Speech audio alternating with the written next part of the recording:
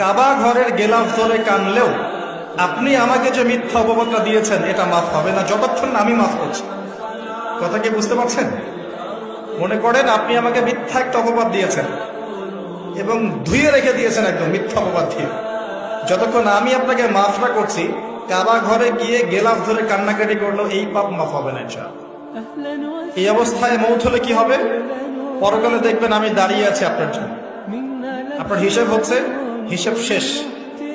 আপনি সালাত, সওম, হজ জাকাতে নেকি নিয়ে উঠেছেন, কিন্তু দেখছেন আমি দাঁড়িয়ে আছি, আমার মতো আরো 10 জন দাঁড়িয়ে আছে।